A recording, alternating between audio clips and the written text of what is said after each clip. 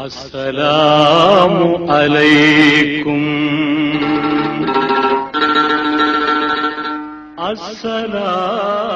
அஸ்ஸலாமு அலைக்கும். பெருமானுடைய அந்த 100 வருடம், அதற்கு பிறகு உள்ள 100 வருடம், அதற்கு பிறகு உள்ள 100 வருடம், இப்படி இந்த 300 வருடங்களில் வாழ்ந்த பெண்களுடைய வரலாற்றை நாம் பார்க்கின்றோம்.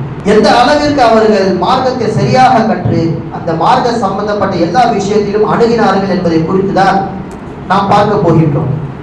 நாம் எல்லாம் நம்முடைய பெண்களை அவர்களுக்கு மார்க்க அறிவை கொடுப்பதற்கு பள்ளிவாசலுக்கு அனுப்புகின்றோம், மத்த மதரசாக்கள் என்பதாக. ஆனால் அன்றைய காலங்களிலே தந்தை தான் அவர்களுக்கான உஸ்தாத், தாய் தான் அவர்களுக்கான உஸ்தாத். எல்லா சம்பந்தப்பட்ட எல்லா மார்க்க அறிவையும் தாய் தந்தையிடமிருந்தே ஒரு பெண் பெற்றுக் கொள்வாள்.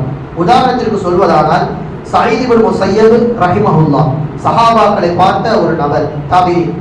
அவர்கள் தான் மிகப்பெரிய ஹதீஸ்களை வல்லுநராக அந்த காலத்தில் இருந்தார்கள். தாரீக் என்று சொல்லப்படுகின்ற வரலாறுகளை தொகுத்து வழங்கியவர்களில் மிகவும் முக்கியத்துவம் மிக்கவர்கள் சயீத் இப்னு முஸையப் ரஹிமஹுல்லாஹ். இப்படி எல்லா கலையிலும் சிறந்து விளங்கிய அவர் தன்னுடைய மகளுக்கும் அதே விஷயத்தை போதித்தார்கள். தன்னிடத்தில் என்னென்ன கல்வி எல்லாம் இருக்கின்றதோ எல்லாவற்றையும் தன் மகளுக்கும் சொல்லிக் கொடுத்து விட்டார்கள். இந்த நிலையில்தான் அந்த பெண்ணுக்கு திருமணம் செய்ய வேண்டும் என்கின்ற ஒரு சூழ்நிலை ஏற்படுகின்ற பொழுது தன்னுடைய மாணவரான அபூ வதா என்கின்ற நபருக்கு தன்னுடைய மகளை திருமணம் முடித்து வைக்கிறார்கள். சயீத் இப்னு முஸையப் ரஹிமஹுல்லாஹ். திருமணம் நடந்து முடிந்து விடுகிறது. சில நாட்களுக்கு பிறகு அந்த கணவர் அபூ வதா அவர்கள், நான் சிறு நாட்கள் வெளியில் சென்று வெளியிடத்திற்கு சென்று நான் கல்வி கற்க போகின்றேன், எனவே எனக்கு அனுமதி தருவாயா என்பதாக அந்த மனைவியிடத்தில் கேட்கிறார்கள். அந்த அபூ வதா என்பவர், ஏன் நீங்கள் வெளியே செல்கின்றீர்கள்? வெளியெல்லாம் செல்ல வேண்டாம், நீங்கள் வீட்டுக்குள்ளே இருங்கள், உங்களுக்கு தேவையான கல்வியை நான் உங்களுக்கு சொல்லித் தருகின்றேன். என் தந்தையிடத்தில் நான் என்னவெல்லாம் கற்றேனோ எல்லாவற்றும் உங்களுக்கு நான் சொல்லித் தருகிறேன் என்று மனைவி அந்த இடத்துல உஸ்தாதியாக மாறுகிறார். தந்தை கற்றுக் கொடுத்த அந்த கல்வி பிள்ளையை அந்த இடத்துல ஒரு ஆசிரியராக மாற்றுகிறது. காலத்தில் என் மனைவி எனக்கு சொன்னால், இஜ்லிஸ், வெளியெல்லாம் செல்ல வேண்டாம், வீட்டிற்குள்ளே நீங்கள் அமருங்கள். என்னுடைய தந்தை சயீத் அவர்கள் சொல்லிக் கொடுத்த எல்லா கல்வியும் உங்களுக்கு நான் கற்றுக் கொடுக்கிறேன். என் மனைவி உஸ்தாதியாக இருக்கக்கூடிய இவள் தன் தந்தையிடமிருந்து எல்லா மார்க்க சட்டங்களையுமே எடுத்துக்கொண்டால் அதை அப்படியே என்னிடத்தில் அவள் இறக்கினாள் என்பதாக அந்த கணவர் அபூ வதா அவர்கள் சொல்லி காட்டுகிறார். அப்ப பாருங்கள் எந்த அளவிற்கு மார்க்க பிடிப்புள்ள பெண்களாக அந்த காலத்தில் இருந்தார்கள். ஒரு கணவனுக்கு அந்த இடத்திலே மனைவி உஸ்தாதியாக மாறுகிறார். மட்டுமல்ல, அதே 300 வருடத்திற்குள்ளே வாழ்ந்தவர்கள் தான் மாலிக் ரஹ்மஹுல்லாஹ். அவர்கள் எழுதிய கிதாபுகள் மிகவும் பிரசித்தி மிக்கது என்ன என்றால் அந்த முஅத்தா இப்னு மாலிக். அதுல உள்ள அந்த ஹதீஸுக்கு கிடைக்கக்கூடிய விளக்கங்கள் என்ன, அதிலிருந்து கிடைக்கக்கூடிய ஃபிக்ஹ் சட்டங்கள் என்ன என்றுதான் அந்த கிதாபுடைய போக்கு இருக்கும். அந்த கிதாபை மனனம் செய்வது என்பது அவ்வளவு சுலபமானது கிடையாது. இமாம் ஷாஃபி ரஹிமஹுல்லாஹ் சொல்கிறார்கள், என்னுடைய உஸ்தாத் மாலிக் ரஹிமஹுல்லாஹ் அவர்கள் எழுதிய அந்த முஅத்தா இப்னு மாலிக் என்பது குர்ஆனிற்கு அடுத்து மிக சிறந்த கிதாப் என்பதாக நான் சொல்வேன். அந்த அளவிற்கு எல்லா வகையான சட்டங்களும் ஹதீஸிலிருந்து எப்படி எடுக்கலாம் என்பதாக என்னுடைய உஸ்தாத் அவர்கள் எழுதியிருப்பார்கள் என்று ஷாஃபி ரஹிமஹுல்லாஹ் அவர்கள் சொல்லி காண்பிப்பார்கள். அப்ப அந்த அளவுக்கு அந்த கிதாப் மிக பிரம்மாண்டமானது, பல பாகங்களை கொண்டது. இந்த கிதாபை அவர்கள் வாழ்ந்த காலத்தில் முதல் மனனம் செய்வது அவர்களுடைய மகள் மாலிக் இமாமுடைய மகள் தான் அந்த முஅத்தா இப்னு மாலிக்கை முழுவதுமாக மனனம் செய்தார்கள். நிறைய மாணவர்கள் ஓதுவார்கள், எல்லாரிடமும் பாடம் கேட்க முடியாது அல்லவா? எனவே கொஞ்சம் மாணவர்களை மாலிக் இமாம் அவர்கள் பாடம் கேட்பார்கள், மீதமுள்ள மாணவர்களை மகளிடம் அனுப்பி வைப்பார்கள். மகள் கதவுக்கு பின்னால் இருந்து பாடம் கேட்க இந்த மாணவர்கள் எல்லாம் பாடம் ஒப்பிப்பார்கள். முஅத்தா இப்னு மாலிக்கில் ஹதீஸை மனனம் செய்து ஒப்பித்துக் கொண்டே இருப்பார்கள். ஏதேனும் ஒரு இடத்திலே தவறு வருகின்ற பொழுது கதவை 3 முறை அவர்கள் தட்டுவார்கள். உடனே மாலிக் இமாம் அவர்கள், நீ தவறு செய்து விட்டாய், சென்று நன்றாக மீண்டும் படித்துவா என்பதாக மாணவர்களை அனுப்பி வைப்பார்கள் என்பதாகவும் இமாம் ஷாஃபி ரஹிமஹுல்லாஹ் அவர்கள் சொல்லி காண்பிக்கிறார்கள். அந்த அளவிற்கு அந்த பெண்மணி, அந்த மகள் தந்தையுடைய கிதாபுகளை முழுவதுமாக மனனம் செய்து பாடம் கேட்கின்ற அளவிற்கு அந்த காலத்து பெண்களை உருவாக்கி வைத்திருந்தார்கள் மாலிக் ரஹிமஹுல்லாஹ். அவ யோசித்து பார்க்க வேண்டும், குர்ஆன் எந்த அளவிற்கு அவர்கள் மனனம் செய்தார்களோ மார்க்க சட்டங்களையும் அவர்கள் மனனம் செய்து வைத்திருந்தார்கள், ஹதீஸுகளையும் அவர்கள் மனனம் செய்து வைத்திருந்தார்கள். பாக பிரிவினை என்று சொல்லப்படுகின்ற சொத்துக்களை எப்படி பிரிக்க வேண்டும் என்கின்ற கணக்கையும் அவர்கள் புரிந்து வைத்திருந்தார்கள். இதுவெல்லாம் காலத்தால் அழியாத கல்விகள். ஸல்லல்லாஹு அலைஹி வஸல்லம் அவர்கள் சொன்னார்கள், ஒரு காலம் வரும், அதில் முதலாக இந்த உம்மத்திலிருந்து எடுக்கப்படுகின்ற கல்வி எதுவென்றால் பாகப் பிரிவினை. அதிலே மோசடி செய்வார்கள், அதிலே கையாடல் செய்து தன்னின் பக்கமாக சொத்துக்களை அதிகமாக சேர்க்க வேண்டும் என்று முனைவார்கள். எனவே நீங்கள் அந்த பாகப் பிரிவினையை கற்றுக்கொள்ளுங்கள் என்பதாக ஸல்லல்லாஹு அலைஹி வஸல்லம் அவர்கள் ஒரு வசியத்தாகவே செஞ்சு விட்டு சென்றார்கள். அதை தன்னுடைய இமாம் பெருமக்கள் தன் மகளுக்கு சொல்லிக் கொடுத்தார்கள் என்பதை நாம் பார்க்கின்றோம். எந்த அளவிற்கு அவர்கள் ஷாஃபி ரஹிமஹுல்லாவுடைய காலத்தை பார்க்கிறோம், அதே 300 ஆண்டுக்குள் தான் அவர்களும் இருக்கின்றார்கள். ஷாஃபி ரஹிமஹுல்லா அவருடைய ஆசிரியர்கள் 1000க்கும் மேற்பட்டவர்கள். அதிலே ஒரு 10 ஆசிரியர்கள் சிறந்தவர்கள் என்று எடுத்தால் அதில் ஒரு பெண் உஸ்தாதையும் இருப்பார்கள். அவருக்கு பெயர் நஃபீசா மிஸ்ரியா, நஃபீசா அம்மையார். இவர்கள் யார் என்றால் ஹஜ்ரத் ஹசன் ரலியல்லாஹு தஆலா அவருடைய வம்சத்தில் வந்தவர்கள், பெருமானாருடைய வம்சவழி, அஹ்லே பைத் என்று சொல்லப்படுபவர்கள். இந்த நஃபீசா அம்மையார் ஷாஃபி ரஹிமஹுல்லாஹ் அவர்களுக்கு உஸ்தாதி, மாபெரும் ஹதீஸ் கலை வல்லுனர். அந்த காலத்திலே பெண்களிலேயே மிகவும் மார்க்கப்பற்று மிக்க, இன்னும் சொல்ல போனால் நிறைய ஆண்களை விடவும் அதிகமான கல்வி ஞானத்தை பெற்றவர்கள் தான் நஃபீசா அம்மையார். ஷாஃபி ரஹிமஹுல்லாஹ் அவர்கள் சொன்னார்கள், நான் வஃபாத் ஆகிவிட்டால் என்னுடைய வஃபாத்தின் முதலாக தொழக்கூடிய நபர் என்னுடைய உஸ்தாத் நஃபீசா அம்மையாராகத்தான் இருக்க வேண்டும்.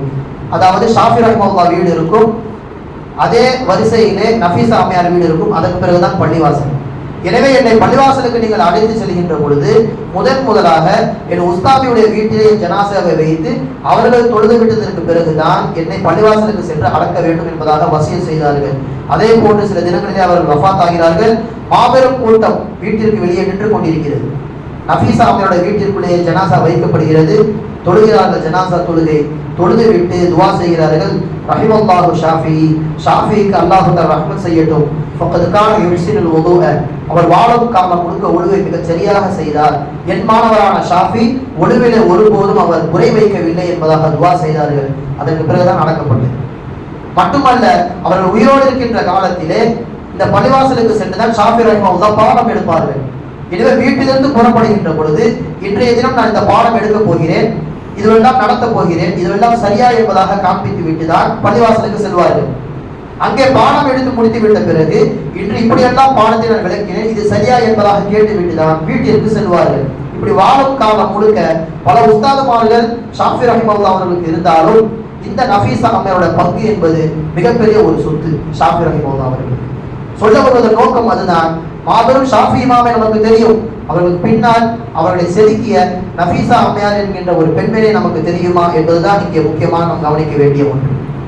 எனவே பெண்களுக்கு மார்க்க கல்வியை கொடுத்தால் உம்மத்தை அவர்கள் சரி செய்து விடுவார்கள்.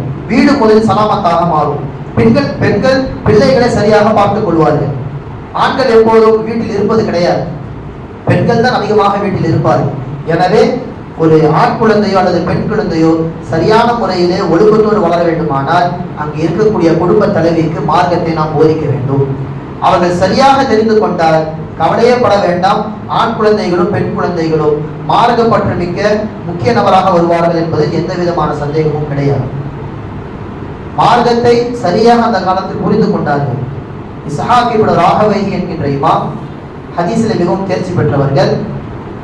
அவர்கள் செய்கின்ற முதல் திருமணமே ஒரு விதவையை திருமணம் செய்கின்றார்கள். விதவையை ஏன் என்று காரணம் கேட்க இஸ்ஹாக் இப்னு ராஹவைஹி இமாம் சொன்னார்கள், எனக்கு அந்த விதவையுடைய சீதனம் எனக்கு மிகவும் பிடித்தது, அந்த பெண் கொண்டு வருகின்ற பொருள் எனக்கு மிகவும் பிடிக்கும் என்பதாக கேட்டார்கள். அந்த பெண் என்ன சீதனத்தை கொண்டு வருவார் என்று மற்ற தோழர்கள் எல்லாம் கேட்க, அந்த பெண் அவருடைய முன்னாள் கணவன் நிறைய ஷாஃபி ரஹிமஹுல்லாஹ் கிதாபை வைத்திருக்கிறார், அவர் வஃபாத் ஆகிவிட்டார். எனவே சொத்து என்கின்ற அடிப்படையில் இந்த பெண்ணுக்கு அந்த கிதாப் என்பது வந்து சேரும். எனவே இந்த பெண்ணை நான் திருமணம் முடித்துக் கொண்டால் அந்த கிதாபும் எனக்கு சொந்தமாகிவிடும் அல்லவா. எனவே அந்த பெண் கொண்டு வருகின்ற சீதனங்களில் ஷாஃபி ரஹ்மத்துல்லாஹ் கிதாப் என்பது எனக்கு மிகப்பெரிய சொத்து.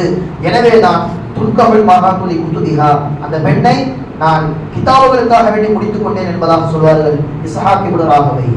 அந்த காலத்திலே சீதனமாக கொண்டு செல்வதே கிதாபுகளை தான். இப்னு ஜௌஸி ரஹிமஹுல்லாஹ் அவர்கள் சொல்கிறார்கள், எங்கள் காலத்திலே எங்கள் பெண்களுக்கு கணவன் வீட்டிற்கு நாங்கள் அனுப்புகின்ற பொழுது கழுதைகளில் நாங்கள் எழுதிய கிதாபுகளை தான் அனுப்புவோம் சீதனமாக என்பதாக சொல்வார்கள் இப்னு ஜௌஸி ரஹிமஹுல்லாஹ் அவர்கள். அந்த அளவிற்கு கிதாபின் மீதான பிரியமும் மார்க்கத்தின் மீதான பற்றும் நிறைய மேலோங்கி இருந்தது இஸ்லாமிய பெண்களிடத்தில். சின்ன சின்ன சட்டங்களில் கூட பெண்கள் அந்த காலத்திலே மிகவும் புத்தி கூர்மையுடையவர்களாக இருந்தார்கள். இப்னு கைம் ரஹிமஹுல்லாஹ் ஒரு சம்பவம் சொல்கிறார்கள். ஒரு பெண்மணி வீட்டிலே மாவை குழைத்துக் கொண்டிருக்கிறார். குழைத்துக் கொண்டே இருக்கின்ற சமயத்திலே திடீரென வஃபாத் செய்தி வருகிறது, உங்களுடைய கணவர் வஃபாத் ஆகிவிட்டார் என்பதாக. உடனே அந்த பிணைந்து கொண்டிருந்த மாவிலிருந்து கையை எடுத்து விட்டார். இன்றிலிருந்து, அதாவது இப்போதிலிருந்து இந்த மாவு எனக்கு மட்டும் சொந்தமானது கிடையாது. கணவன் இறந்து போய்விட்டால் கணவன் சம்பந்தப்பட்ட எல்லோருக்கும் அவருடைய சொத்து என்பது பங்கிடப்படும். எனவே கணவனுடைய காசில் தான் இந்த மாவை வாங்கினேன். இந்த மாவு குழைத்து நான் உணவு தயாரிக்க முடியாது. யார் யாரெல்லாம் சொத்தில பங்கு பெறுவார்களோ அவர்களுக்கு இந்த குழைத்த மாவை கொடுக்க வேண்டும் என்று உடனே அவள் கையை எடுத்து விட்டார் என்று இப்னு கைம் ரஹிமஹுல்லாஹ் அவர்கள் சொல்லி காட்டுவார்கள். மட்டுமல்ல, ஃபமா பாலு அக்வாமி யகுலூன அம்வால் யதாமா வன் நிசா, ஒரு மாவு விஷயத்திலே பெண்கள் இப்படி மார்க்க பிடிப்புள்ளவர்களாக இருக்கிறார்களே, ஆனால் பெரும் பெரும் சொத்துக்களை வைத்திருக்கக்கூடியவர்கள் சொத்திற்கு ஆசைப்பட்டு அநியாயமான முறையில் தங்கள் பக்கம் முழுவதுமாக எழுதிக் கொள்கிறார்களே, இப்படிப்பட்டவர்கள் விஷயத்தை நான் என்னவென்று சொல்வது என்பதாக சொல்வார்கள் இப்னு கைம் ரஹிமஹுல்லாஹ். அப்ப பாருங்கள், ஒரு சின்ன மாவுதான், ஆனால் கணவன் வஃபாத்தானவுடன் கவலை அவர்கள் வெளிப்படுத்துவதற்கு முன்பாக இதில் இருக்கின்ற சட்டம் என்ன, இந்த நுட்பம் என்ன என்பதை புரிந்து கொண்டு உடனே அவர்கள் அந்த மார்க்கத்தை விலகிக் கொண்டார்கள். இப்ப சஹாபா பெருமக்களை பார்க்கிறோம், அவர்களை பார்த்த தாபீன்களுடைய காலத்தில் உள்ள பெண்களை பார்க்கிறோம், எந்த அளவிற்கு அவர்கள் மார்க்கத்தில் மிகப்பெரிய ஒரு உச்சத்தை பெற்றிருக்கிறார்கள்.